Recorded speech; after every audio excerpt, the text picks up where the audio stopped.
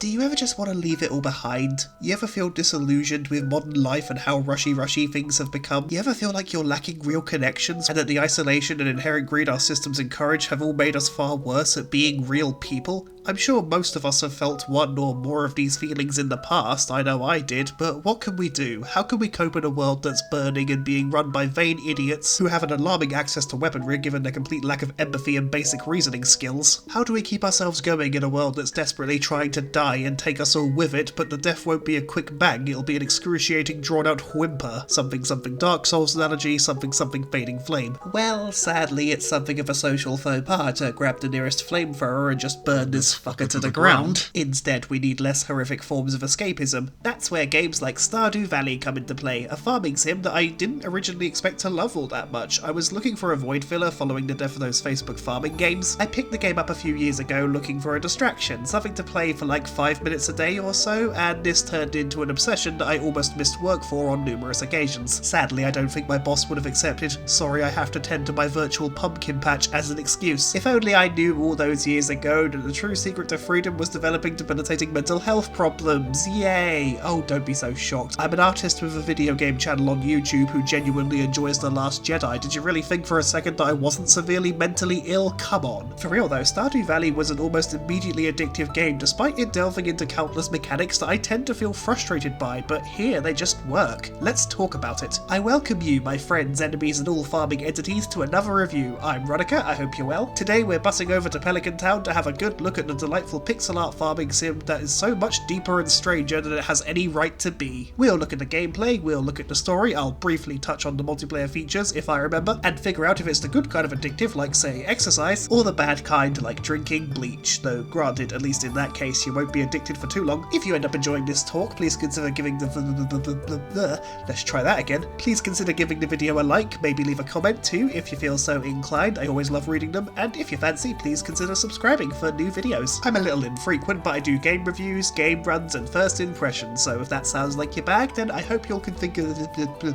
I cannot speak today. I hope you'll think of sticking around, was what I was trying to words. This is going to be a fun video. For now though, let's head on down to Stardew Valley and see what this farming life is all about.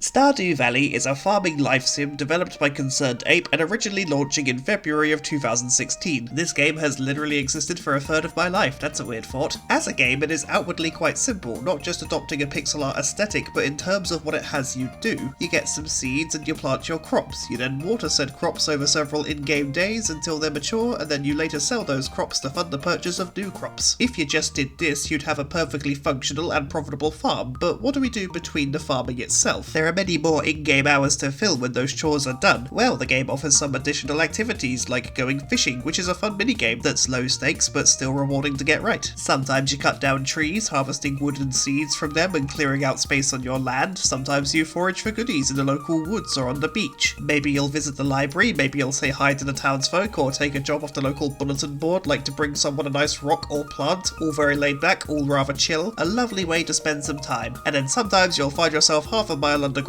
fighting off floating heads and crafting mini nukes out of the trash you find as you proceed ever onwards and occasionally find a new rockin' pair of footwear. What? Don't look at me like that, that's just how farmers do. I don't make the rules. Ask any farmer, they'll tell you the secret to a fulfilling life is occasionally driving a short sword into a skeleton's pelvis. It's all basic stuff, really. The thing is, Stardew Valley is a fantasy game, and I confess I didn't originally clock that going in. Like, sure, I knew it was going to embellish some things for the sake of gameplay, that's perfectly fine if it works in service of the greater experience. In real life, yeah, it takes more than 4 days to grow a parsnip or a carrot, and you can't just fill a watering can with seawater and expect it to work. The game takes certain liberties for the sake of making the experience more engaging, and that's not the wrong way to go. But then when I got into the mines, things started to take a turn towards the more outwardly fantastical with, real monsters, and then later we meet an actual wizard who does real magic, and then the forest spirits, the Junimo, who asked for an offering to mend things around town with their powers. It's all very strange, but I do like some strange. Yep, realised what that meant as soon as I typed it. It's just just I didn't realise that was what I was getting into. Granted, I do try to go into games as blind as possible, partially because I don't want other people's opinions of the game to colour my own, but mostly because I want to get the purest experience possible. So when I first picked up the game, I was like, well, I could use a low-stakes farming sim as a pick-me-up, given that work makes me want to walk into traffic and all the therapists tell me that's not the healthiest way of dealing with problems. So I booted it up, planted some parsnips, did a lap around town, met some folks, it was all nice enough, and then I wound up translating messages from the Junimo and killing mole people. My grandpa's ghost gave me a high five, a dude named Shane ended up not being a massive piece of shit, and I was like, oh, this got weird real fast. It wasn't bad though, don't misunderstand. Being weird is good and I'm a full supporter of oddities. It was just not what I expected going in initially. It's like ordering fast food through an app and it showing up both on time and warm. I'm not cross that this happened, I'm just surprised because I never could have seen that coming. Anyway, let's have a look at the controls. By the by, I am mostly going to be focusing on the PS5 version since that's the one I typically play. I might transition to the PC version at some point if I feel the need to, but I can't promise anything. It would mostly be for multiplayer and I'm not entirely sure if I can be asked yet. The left stick is for movement, as is the usual setup. The D-pad also moves you, but only lets you proceed at a walking pace, which is sort of handy if you're trying to move and position stuff, but then again on console I couldn't say why we needed walk controls alongside run controls, it just feels a bit redundant, but oh well. The right stick doesn't do camera stuff today. Instead it allows you to move an in-game cursor, which you can use to interact with specific things rather than trying to line yourself up with something just right. Of course, sometimes you still need to be nestled right up close to the thing's face, and other times nope. I admit this control does bug me, because outside of using it to place furniture inside one of your interiors, like your house or any sheds you might have built, you generally have to be right next to the space where you want the thing to be, or where the thing you want to interact with is, and if you're not, then the game defaults and makes you interact with whatever is right in front of you. If you're placing shit, then the game plants it right down where it can reach, and that annoys me for things like crop seeds, which can't be reclaimed and replanted, so personally, I'd rather it just didn't let me do anything if I can't reach the place I'm aiming for. It's not a big deal though, as the cursor is essentially optional, you can play just fine without it. Moving on, if you press the right stick, you'll open the emote menu, then choose the emote with the right stick, which feels a tad awkward, because pressing and moving a stick on a controller feels as smooth and natural as a sandpaper butt plug, but then again, you never need to do this, so it's not a big deal. Pressing X lets you interact with objects and people, like picking up crops or talking to your neighbours. If you've visibly got an item in your hand, such as a parsnip or a bomb or something, which is represented by you lifting it over your head, then pressing X will now make you eat it or use it, depending on what's applicable. To use any tools like a sword or a pickaxe, you need to cycle to that icon in the toolbar with the left and right triggers, then press square. Simple enough. As you gather resources, they'll be added to your inventory provided you have the slots for it. Since this is one of those games with a limited inventory and all necessary stuff for basic activities take up a slot, so early game, expect that to be a constant source of at minimum mild irritation. You can reach a maximum of 36 inventory slots which divide into 3 toolbars, and you swap between them with the shoulder buttons. At the start of the game you'll only have 12 of these slots to work with, and I'll just say it, that's not a lot. So I recommend saving up for the backpack upgrade, since this limit will pester you a lot more in the early game when you have less cargo space than a smart car. This being another one of those games where a sheet of soggy paper somehow takes the same pocket space as an entire wooden keg, 90 potatoes or 12 large explosives, you might expect me to crucify it, though Stardew Valley is inherently more video gamey than, say, something like Atomfall, which did the same thing but was also aiming for a level of realism, and whilst I find the inventory does try my patience a bit in Stardew Valley, I don't think it feels poorly designed here. Or maybe it's just down to how much more immediately engaging and charming a game like Stardew Valley is, but let's keep on the controls for one moment more. Pressing triangle will open the crafting menu, yep, we've got one of those, and you start with very few options outside of some basic stuff that you could probably figure out how to throw together on your own. As the game goes on, you'll unlock more complicated buildable items, often tied directly to skills that you hone. For instance, by working on your farming technique, you can unlock the ability to build scarecrows or useful fertilizers to make your crops higher quality. Finally, pressing the touchpad will open the journal where you can see any active quests, and pressing the options button brings up the menu where you can see your inventory, current equipment, your skill screen, a map of the area including the opening times of businesses, and even your social standing with the NPCs. There's a lot of mechanics and systems to discuss, but I want to say up front that I think it's kind of funny how this game, one that I adore, actually does a lot of stuff that I find generally quite annoying. Starting with that inventory limit, it's a constant presence. I find find it's a greater source of frustration when deep in the mines, or even when just harvesting a few different types of crops. Or hell, even just the same crop due to the item ratings. Crops can all have different star ratings to indicate quality, and the higher the queue, the better the sell price, or the more impressed an NPC will be if you shove it in their face as a present, but this poses an issue. I might be able to carry my body weight in potatoes in one single slot, but only so long as they're all the same quality.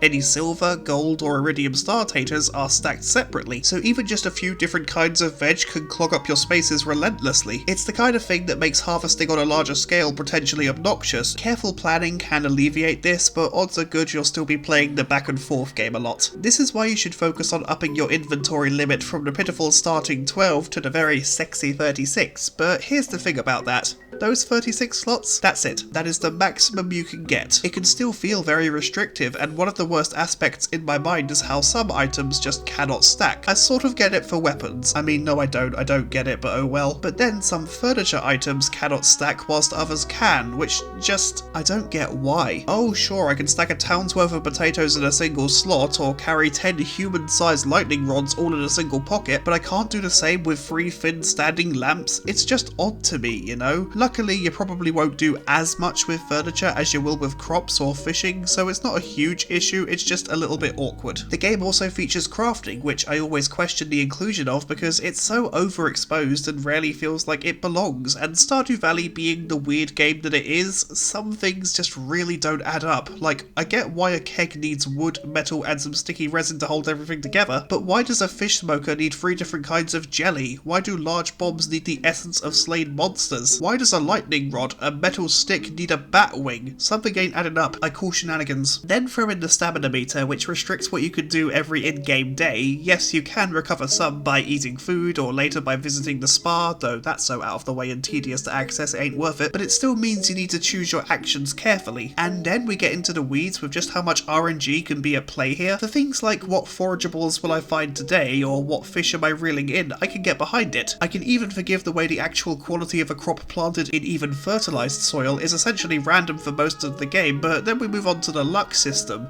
Every in-game day your luck is either default, buffed or debuffed, and you won't notice unless you watch the fortune teller channel on your TV. This makes a huge difference when you visit the mines, as on a good luck day you'll be ploughing through without a care, but on a bad luck days you'll be breaking every single rock in every single room just looking for the way forwards. Also, most of the monster-filled dungeons randomise the rooms you explore each time you go back and visit for reasons known only to the Empress herself. Some items are tied to certain weather conditions, like how some fish can only be caught in the rain, and rain itself isn't all that common. You might get a few rainy days a season, but in the winter it never rains, so you gotta wait until spring. And until you can craft a rain summoning totem, you just have to roll a dice, and granted, that's how weather works. Yeah, I should have had this point first. The thing is, I don't like random chance mechanics as a rule. It's a big reason why Baldur's Gate 3 pisses me off so much, and it took some getting used to here. Next, let's consider the very short timescale of the game. Each day is like 14 minutes long, with every 7-ish seconds in real life equating to about 10 in-game minutes, meaning in-game it takes like an hour to get from your farm to the other side of this really small town. The game does a lot of things that I dislike, but the thing is, it does them well. They all work together and fit the experience nicely. Stardew Valley is largely a game about planning and patience. It's a little about getting good as well, but doing so at a moderate pace. Sure, you can do things now. There is some edge to the game. Cozy games as a rule don't need to completely forgo any sense of challenge, as that's what makes a lot of games fun. And Stardew Valley does this with things like the combat elements and the seasons, which dictate what crops can even grow. But when you plant your first parsnips, you need to wait at least 4 in-game days for them to be ready to be harvested. Most interactivity with them until that point is the watering. You don't really need to do anything else. You can check back and make sure the crows haven't eaten them, but there's not really anything you can do about that until you've unlocked scarecrows, and even then you just put the scarecrow down and now crows won't eat your stuff if the stuff is close enough to the scarecrow. So what do we fill the rest of our time with? Well, like I said, you can go fishing, or you can go to the mines, you can walk through the woods or chat with the townsfolk, but even then, in week 1, a lot of the stuff is just inaccessible. So the initial days of any new playthrough are slow, but that does make sense. The game wants you to understand what it's about. The mines don't become available until near the end of week 1, you need to wait for day 2 and then visit the beach to get the fishing rod. Some areas are just completely locked away until you've upgraded your tools at the blacksmiths. This first stretch is about you getting used to the core cycle of the game, and the additional activities show up as you get your bearings. A good way to describe the overall experience of Stardew Valley is that it's a game about delayed gratification, and it does this really well. I do feel pretty good when I see my fields ripe with fresh goodies for the picking. I love watching my crafting options expand as I do more and more. I enjoy slowly clearing out the debris on my farm little by little, or just sitting by the ocean putting fish after fish into the air. But it's not just the reward I appreciate. This is a game that remembers that the moment-to-moment chores themselves, the one we need to do constantly to get to the end point, still need to scratch some itch. And this is where sound and visual design come into play. The game makes all of its little actions satisfying for a simple yet careful combination of visual cues and sound effects. Picking up items has a pleasant pop to it. Ploughing a field sees your farmer basically launch themselves into the air a little when they bring the hoe down. Fishing is calm until a fish latches onto your line, then you got a button mash to keep the slippery little critter from getting away. Every little task has the right level of audio-visual detail to never be boring. Some of my favourites are the watering can. It just sounds so damn refreshing when it pours a big glob of water onto a tile, and I like how the plants wobble back and forth as you do so. I also quite like the scythe and how clearing grass and weeds with it just feels right with its large hitbox and the lovely sound of slashing through the plant fibres. The game is fun even in these little moments because there's the right amount of feedback and engagement. Chopping down a tree, breaking a rock, taking a drink or eating a snack, all these animations are quick but sell what you're doing, and it just work really well. Plus, again, they sound good. I like the big crunch we make when eating, the gulp gulp when chugging a coffee before I zip around the valley screaming.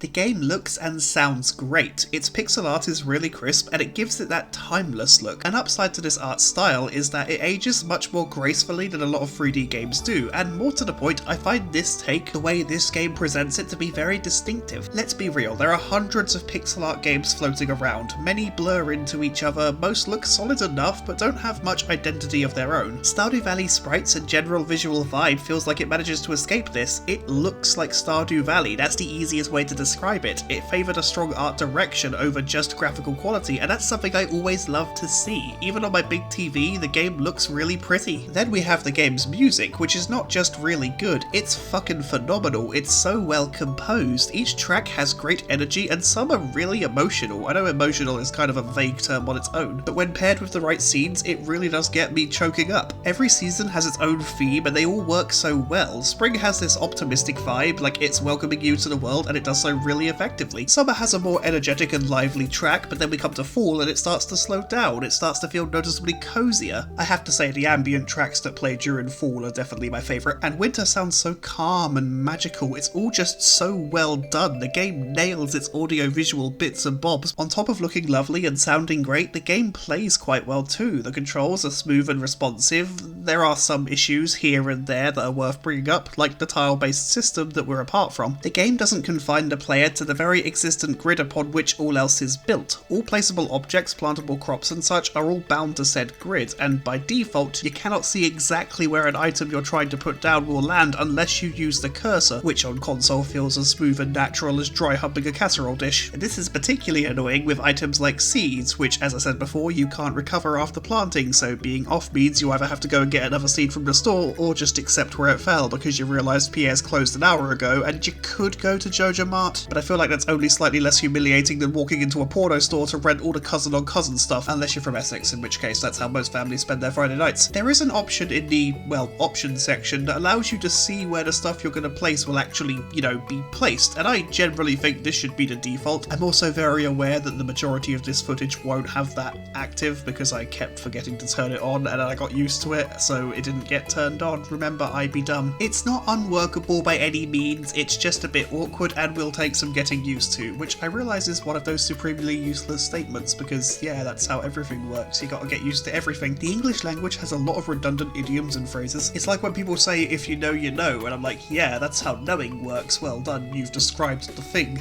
Sorry, back to the game. If you do mess something up and you'd rather not deal with it, then you can always restart your day by quitting to the menu and reloading a save, as the game will only save your progress at night, although I have to admit, I don't love this. I would prefer if there was a separate dedicated save and save option in the menu, since there really should be at this point. This isn't some hardcore survival horror that depends on the tension that having to manually make it to a safe room provides, so I really don't get why it is this way. The last two big whines I have are about how some items work and the gift giving system, so let's quickly deal with that. On the item front, when you go to eat or drink something, then the chosen food/drink items need you to confirm that you 100% want to munch before chowing down, and when you do this, time pauses for a second, that's all fine. This choice confirmation does not apply to items like bombs or warp totems when I really feel like it should. Those are used as soon as you press square, so you'd better not accidentally swap to them when you don't need them and wind up either wasting a useful item or obliterating half your farm by mistake. Yeah, I won't lie, I've done both of these a few times, it's always genuinely annoying. I guess I sort of get why the bombs don't have it, I still think it'd be better if they did, but the warp totems should definitely have this safety net, because if I've just walked all the way across town and accidentally swapped to the item then use it, I'm just back where I started. The gift giving system on its own is functional, but like with non-eating tasks, there's no would you like to gift X object Y, so I've accidentally given a valuable battery to Maru when I really didn't want to. Granted, it made her happy and it's year 3 and we're both happily married now, so it all worked out in the end, but please just let me confirm these choices, especially when gifting items to people who don't like them. I don't mind if Mayor Lewis hates that fish I gave him by mistake, because let's be real, it wasn't a mistake, I was giving it to him to be a rascal because I know he hates fish, but I don't want Emily to dislike my aura because I accidentally gave her sashimi that I was carrying. She is precious, and I'm about 70% sure that she's an actual witch who might try and curse me if she hates me. I think that's all my major complaints. There are some smaller gripes I have about how the game is a little bit cryptic at times and doesn't always explain some bits as well as it could, but then again, it does make figuring out some of the stuff more fun, and I have to say that most of the game's design decisions do work here. Yeah, I don't love RNG, but hey, it fits. It does offer some variety to the days. The time scaling is a bit odd, but that does mean that a single day doesn't drag on. The inventory system is a bit of a pain, but it's a game about preparation and managing stuff, so it works. You gotta think about what you need and when you're gonna need it. When I spoke about that their child of those their ages last month, I brought up how I viewed stamina as a mechanic, and I think a lot of what I feel about it is the same way I feel about these other systems. As standalone systems, they're neutral. They're not good or bad ideas on their own. They just need to be used properly. They just need to be programmed well and suit the experience the game is aiming for. It sort of reminds me of Darksiders in a way. No, I'm serious. Darksiders is made almost entirely out of mediocre mechanics, but does them all quite well. They're programmed competently and tied together into a cohesive experience, which wouldn't feel right if it was missing any of these parts. Some of said parts might have been basic, hell, some are even quite derivative, but in the end, the game was fun. Stardew Valley is made almost entirely out of mechanics which are just like frozen yogurt. They're just okay. However, because they're just okay, because they are just engaging enough without going overboard, you can kind of have a lot more of them, and that's good because there is a lot to this game. Every time I thought I'd seen it all, something new would happen, and I'd be delighted. I didn't realise until recently that I could end up visiting an entirely new island, where I can find golden walnuts and give them to parrots to unlock more things. It's brilliant. And I don't know what else to expect because the dev is still working on it and releasing free updates, and I fucking love that. That's a game maker driven by real passion. I have a lot of fun playing this game. I don't think any of the activities bore me. Hell, I'm even one of those weirdos who genuinely likes the fishing minigame. I know using this as a descriptor is basic as all fuck, but I'm gonna. It's just nice to be here in the valley. The game has two main progression routes that offer you bonuses for completing each step of them. Granted, the bonuses are all the same in both routes, but the way you get them is different. One path sees you gather items as offerings for the Junimo, and the other sees you just buy JoJo memberships, but either way, they're both helpful. You can unlock fast travel points, a new mining area, a bus to a nearby desert, access to mineral-rich water that you can pan ore from, or even a greenhouse that lets you grow any plants in any season. I originally thought of critiquing the game for not allowing me to mend the greenhouse with the local carpenter, as she can already build you sheds and wells and silos and stables. Also, she sells windows all the time, so clearly she has access to glass, but it being a reward is a good incentive to choose one of the routes. I personally prefer to go the community centre stroke Junimo route because it feels more interactive. You need to engage with the game more, whereas in the JoJo route you just kind of have to pay money. It's more straightforward, sure, but I feel like you miss out if you take this path, plus fuck corporations. As you play, you'll be incentivized to upgrade your tools to make farming easier or to speed up other tasks, but it's important to know when the best time to do each of them is because it takes 2 in-game days to complete an upgrade. A good example of this need to plan ahead, the watering can is needed almost every day if you're growing crops unless it rains, and your weather channel on your television will tell you what tomorrow has in store for you. It's never wrong either, so you can squeeze a quick upgrade in if you plan accordingly, but failing that, the end of the month is a good bet. You see, most crops can only grow in one season, with corn, sunflowers and wheat being the 3 exceptions. Every season lasts 28 days. This means the final day you need to water the majority of your crops will be the 27th of the month, as they'll all die on the 1st of the next season. If they haven't grown already, then watering them on the 28th is just wasted effort. So with that in mind, water in the morning of the 27th, then head over to Clint's before 4 PM to drop the can off for upgrades. If you plan even better, you can get away with the last day being the 26th, but then come to the 1st of the new season you'll be able to grab your shiny new copper, iron, gold or iridium watering can when you pop into town.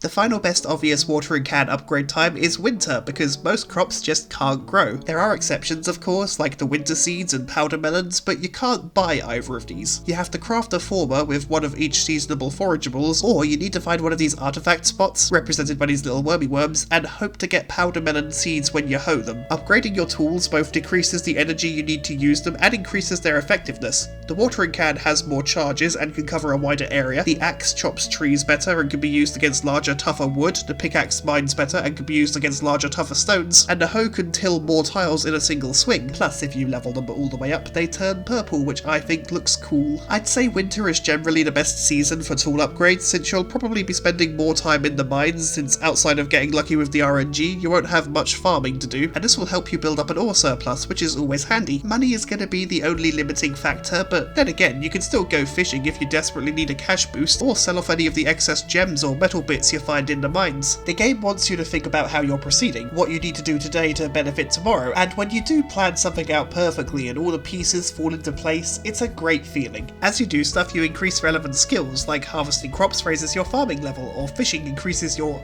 fishing skill. All skills go up to level 10, and each time you level up, you unlock new crafting recipes, and sometimes you get a stat boost, like more health or energy. At levels 5 or 10 of any skill path, you can unlock specializations, like for instance one that increases the sell price of your crops. It's quite helpful, although I admit some professions are just worse than others. Fisher, for instance, makes all fish sell for 25% more, whereas Trapper decreases material cost for crafting crab pots. Crab pots aren't very good, but if you really want them, you can buy them for like 1500 G, which really isn't that much, and they're reusable, so it's a one-time purchase on each. Plus, this way you don't waste any valuable resources, so I literally never pick it over Fisher. Still, as far as skills go, it's a very easily understandable setup. The more you do a thing, the better you become at said thing. I know some folks don't like skills working like this in video games, them being things that you only improve if you do them, but I don't see why this is a bad thing. It kind of naturally lets you focus on what you're good at and gives you a reason to try out other bits and get good because you get rewarded for it. That is, after all, what Stardew Valley wants. It wants to give you the prize, but it wants you to put in some effort for it. The game loves to reward your patience and dedication, and it also loves to prompt you to give everything a go. For instance, I didn't want to bother with the mines in my first playthrough. After all, I could buy the ore I needed from Clint, and I just didn't want to mess with combat. Plus, I found the way the mines were set up to be kind of annoying. Each floor being random, you only get your progress saved every 5 floors. If you take the ladder down to the next floor, you can't climb up to the one you were just at. That just makes you exit the mine, I don't know why. Also, the monsters could be a tad irritating, but then I started finding the cooler gems and some geodes which contained prizes, and I just started to enjoy going deeper. I also disliked fishing at first, but the more I did it, the better I got and the easier it became. As you play, you'll get into a nice rhythm, you'll harvest over and over again, each time yielding a mightier profit to fund the next crop purchase. You'll unlock new means of increasing said profit, like kegs which turn fruit and veg into wines and beers, or jars to make some jam. Each day you'll place whatever you want to sell into the shipping bin near the edge of your farm to have it sold in the night. Of course, if you need money sooner, you can always take something to a relevant merchant to sell it directly. You'll spend some nice days decorating your farm, sometimes by having new buildings built or just by moving old ones because you think they'd look nicer elsewhere. That's always a good thing. You'll spend some rainy days in the mines taking advantage of the fact that you saved energy not having to water your crops. You'll learn new recipes like sprinklers, which further reduce the watering you have to do in the first place, or lightning rods to protect your crops from storms. You'll upgrade your house and get a kitchen to make meals. You'll build sheds to store stuff. You'll bit by bit grow your farm until it's doing exactly what you want it to do, and there is such a great feeling of satisfaction to watching this former pile of rubble gradually turn into the gem of the valley. The gameplay is so well thought through that it can be all about doing mundane chores yet never really get boring. It's a low stakes, chilled out experience that, yes, can still have some bite to it, as any game should, but it knows how hard to bite and when to let up. I'm sure I've left a few things out, it's only natural when talking about such a dense game, but the takeaway is the same. Stardew Valley is a wonderful time that knows exactly what to do to provide the experience it wants its players to have, but it also gives you enough wiggle room to make meaningful choices on your approach to being successful. So with that all sorted, let's now look at the narrative threads the game offers and see what it's doing on that side of the fence.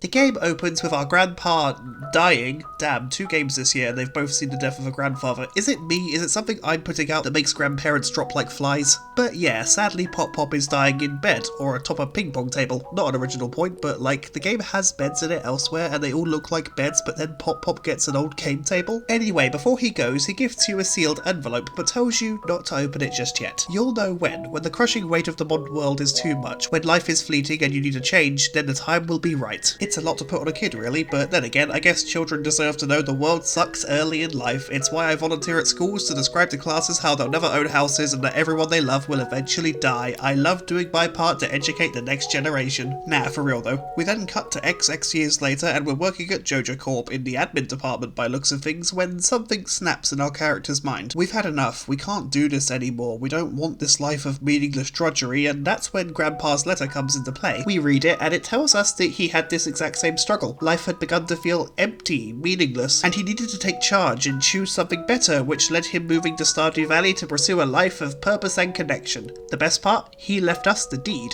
Well, sure beats the hell out of this place. Before long, we're bussing our way over to the valley to begin our new life. Arriving, we are greeted by the local carpenter, Robin, who is great by the way. She welcomes us warmly before leading us to our brand new farm, or our very old and run-down farm. And this is where we meet Mayor Lewis, the worst man ever. Look, I'm sure some folks will try to defend him, but his inaction led to the town being in the rather dire state we find it in. Anyway, we're given a pat on the back and some starting items and left to our own devices. It's a great opening, it has emotion and understandable motivation, and whilst we do design our character and we will make the majority of the choices for them across the game, they're still given a level of agency and react to the world on their own. This is the sort of thing that games with character customization often miss. Even my beloved Dark Souls fails here because our character just exists in the world and doesn't really feel like they're a part of it. So yeah, in Stardew Valley we might choose what we look like, we might decide what animal is our favourite pet, we might decide what our farm is called or what our favourite thing is, and here's an elite pro tip: the game will censor certain words, but if you're clever with your spelling, you can tell the game that your farmer likes naughty stuff and it won't bat an eye. So I am able to make the raging lesbian that I always seek. But the farmer themselves is still a part of the world and feels like they belong no matter how silly they end up being. The main story of the game could be said to be a quest for perfection, to truly feel in tune with the world and at peace with our surroundings, but that's more of a background plot. The real narratives are found in our interactions with the townsfolk. The more we become their friends, the more we understand them, and the more unique events we get to experience. Oh, the spoiler alert is now active. Please see the time on screen if you'd like to skippity skip. I'll give you a few seconds to decide. Doopy doopy doopy doo. You all good? Nice. Like, sure, Shane is a miserable dickwaffle because he is named Shane, of course he is. I've met a total of 19 Shanes in my life and they've all been wankers. Plus, one of them was related to someone I know and care about, so I could only eat like 18 of them out of spite. But as you get to know him, you come to better understand that he's depressed, he's in pain, he feels like he's not good enough, and no matter what he tries, the world is against him. He just wants to do right by his aunt and goddaughter, but doesn't really feel in control, and he's also an alcoholic, so I should probably feel bad befriending him by giving him non-stop beers, but oh well. And yes, Hayley is a bit of a bitch who doesn't really like you or anything outside of girly things, but the more you earn her trust, the softer and more caring she shows herself to be. She just kind of needed someone to give her a loving shove in the right direction. Of course, Linus the Mountain Man doesn't care for us at first. Hell, he's a vagrant who is used to mockery by the locals, but he's a sweet guy at heart, and the more you get to know him, the more you understand how much happier he is in the wild. Yeah, George is grumpy, but he's disabled and feels limited by this, which is understandable. Disability whilst nothing to be ashamed of, doesn't need to be smiled through. Despite this, he's not made of stone, and whilst he does lash out at people when they act ableist towards him, even when they don't really realise that's what they're doing, he is enough of a decent human being to acknowledge when he is in the wrong for how he handles stuff. Each character has unique events playing the more and more friendship points you have with them. Some are simple enough, like helping Abigail beat a video game level, then seeing her tell off her sexist dad, all culminating in a spirit board reading, which was her clearly trying to confess her feelings for me. Sorry Abs, but my heart belongs to Maru, I just gave her the flowers that solidify our relationship. Emily does this great dance for you, then invites you to a clothing show that she's doing for the townspeople, and if not for the blacksmith interrupting, I am fairly sure she was about to try and kiss me.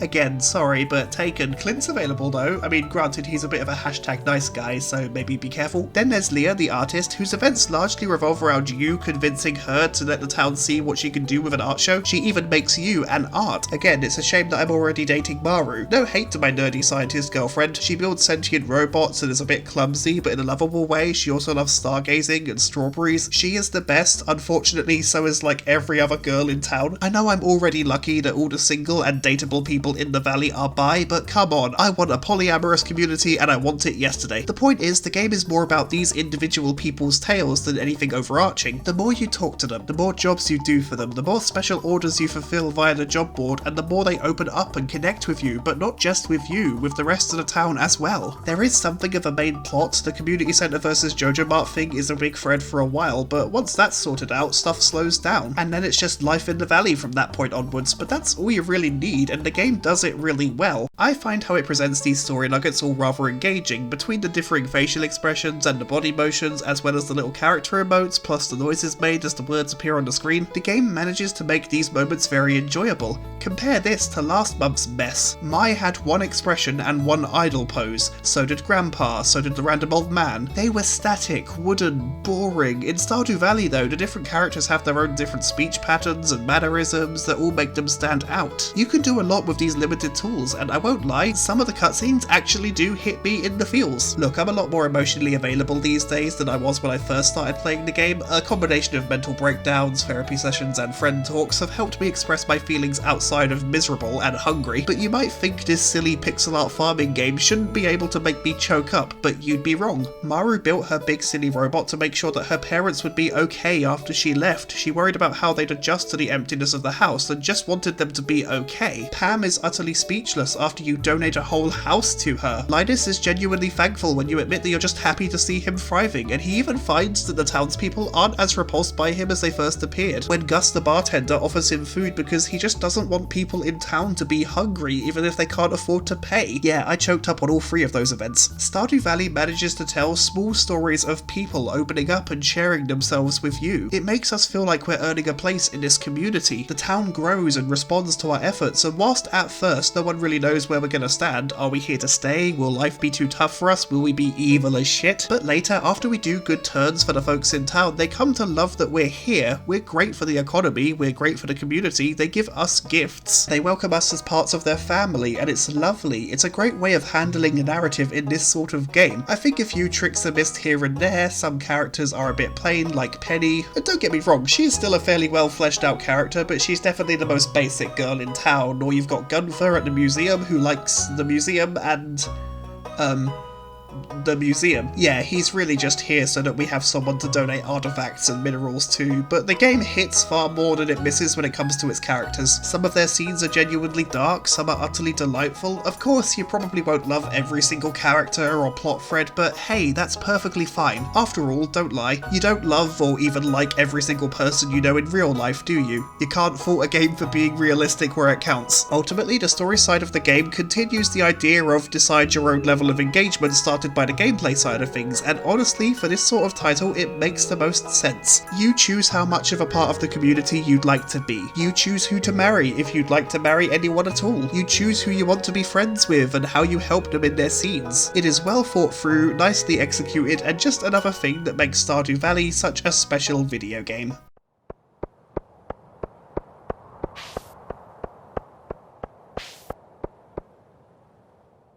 So yeah, the game has this, and Well look, I don't hate doing it. I've played with a couple of friends before, and it is fun since it's just Stardew Valley with people, and that's perfectly fine. But given a choice between playing solo or playing with any of my friends who all love the game and also know how to make a run profitable in ways I can scarcely imagine, you can bet I'm soloing this bitch. I am at heart a solo player. I don't mind a bit of co-op from time to time, but that's not how I roll as a rule. To the game's credit, the multiplayer we have does work quite well. I have no footage because all of my multiplayer sessions have been done on Switch, and I didn't have the recording box hooked up. I don't actually know where that little bastard went. I packed it away somewhere when tidying up, and I've since just lost it. I could not be asked to go out of my way to get any clips. I might love Stardew Valley, but multiplayer and I just don't see eye to eye, but I'll sum up the experience based on my past experiences. I did not think that sentence through very well. Just imagine there's a second farmer running about, and that's mostly it. You and up to 3 other people, on console anyway, it's up to 8 on PC, work on a single farm. The game takes the Dead Rising approach to co-op, in that the story doesn't give the slightest shit that there are more of you now, and I think that's the perfect way to do this. You can still do character events and marry NPCs, you can also marry players now, which is pretty cool, and you can still complete the progression routes, though you do have to collaborate and agree on which particular route you want to do, which does make sense. I mean, it would be cool if one of you could do Joja and the other could do the community centre and just sort of see who wins, but that would probably be a pain in the ass to work around. Each player has their own inventory, energy and house, certain choices like ending the day are agreed upon by all parties, but generally it's just Stardew Valley with friends. It's a shame there's no local co-op. I'd actually be more interested then. That's multiplayer I can stomach doing. I miss the days where split screen gaming was more widely accepted before game publishers decided that they wanted all the money and saw any player who pops around a friend's house to play games as a lost sale, the greedy fucks. But ultimately, Stardew Valley multiplayer isn't bad. It works just fine, it doesn't feel like the game is broken by the addition of other players, and all personal quests are still just that, personal. So if you want a cozy co-op game, then yeah, you could do worse. It's just, if you know me, you know I personally give less of a shit about multiplayer than a constipated sloth on a low-fiber diet, but hey, just in case you're new here, I give less of a shit about multiplayer than a constipated sloth on a low-fiber diet. I do hope we're all caught up now.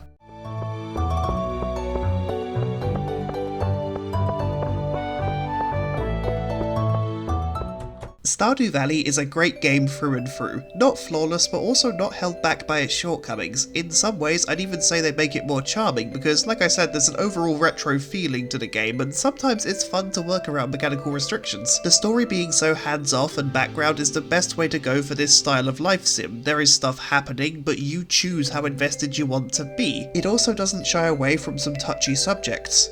Some characters' scenes do tackle more sensitive issues, and more to the point, it treats them with the level of respect they deserve, and it can make me feel real emotions like what typical humans do. It's not that the game won't make jokes or even lighten the mood at times, but when something serious happens, it generally just lets it be serious without lingering on it too long either. Your avatar might be your character, but they also feel like they belong in the world and that they fit in. They react, they respond, they emote, they are still guided by your hand, but they don't feel like a blank of wood. That was me failing to decide between calling them a blank slate or a plank of wood, so we're doing both, bitches. Point is, they are part of the game's world, and I find that refreshing. Also, credit to the game for making me care about my farmer's social life. IRL, I couldn't care less about events or festivals. I'm an indoors human, but I generally tried not to miss the events in the valley because I liked going to them. Plus, they endeared themselves to me when one fall I attended the Stardew Valley fair and bought myself a star drop item, which showed me a message when I ate the thing saying it reminded me of titties, because that's what I wrote as my character's favourite thing during the creation station, and I'm just that easily amused. I think what helped a lot was the approach to events being that of, hey, there's a seat at the table, we'd love it if you joined us, but no pressure, we won't mock or punish you if you don't want to. It's leaving the door open but letting you decide if you want to come in, and that's a good way to sum up the entire game. I love Stardew Valley. I love playing it, I love talking about it, I love that it exists, and I love the devs' commitment to continuously improving it. It's had several big updates that have added new features and quality of life improvements, and it's all clearly being done out of a sincere passion, which I love to see. I know I dunk on devs a lot for describing their games as being made with passion, but it's only because being passionate doesn't mean that what you make will be good. Stardew Valley is made with passion by the developer, but it's also clear they had the talent to back this up, which is where some other games fall short. It's the work of a sincere artist who has the skills, but who is also happy to take notes and fix what doesn't work. It is such a great game. It's been a delight watching it grow over the years, evolving what it offers, yet still staying true to its cozy core.